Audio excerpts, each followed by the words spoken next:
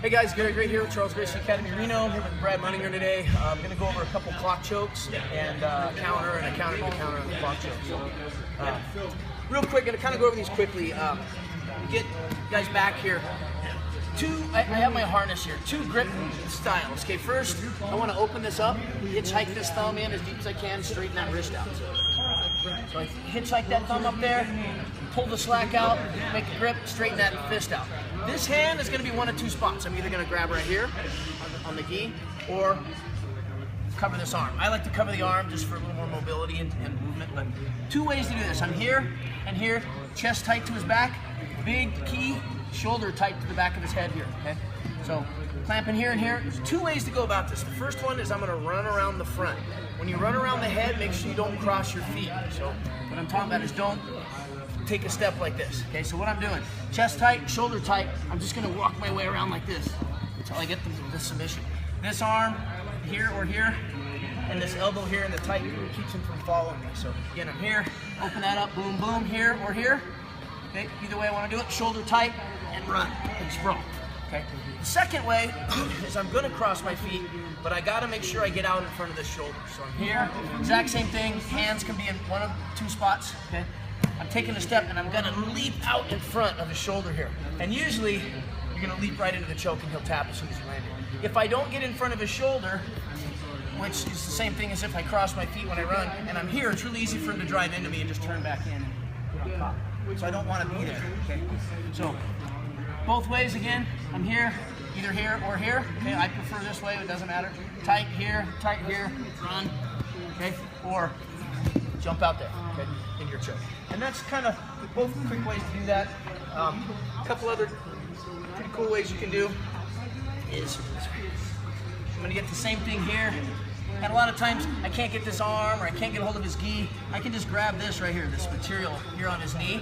And what I'm going to do is I'm going to dive over. I'm going to turn my head and look right at his face as I dive over so I don't hit my head. I'm taking it here. Once I land, same thing with the shoulder, back of the head. Pull it here, where I can hook this arm and come out here, come up, get his back. A little plethora of stuff I can do from here. Another way I can do here that I like to do is I'll get this, okay, get the knee, and sometimes he's got a really good base and I can't come over. I'll step up here and I'll just sit back and put this knee here, or the leg over the head. Get some chokes that way so I can kind of jump up.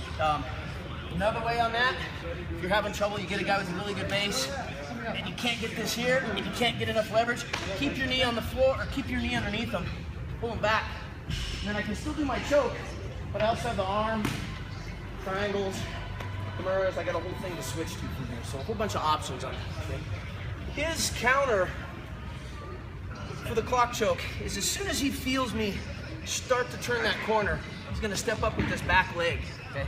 So as soon as I start to, he steps up with that back leg, and he's gonna slide his other knee right underneath me and unwind this choke.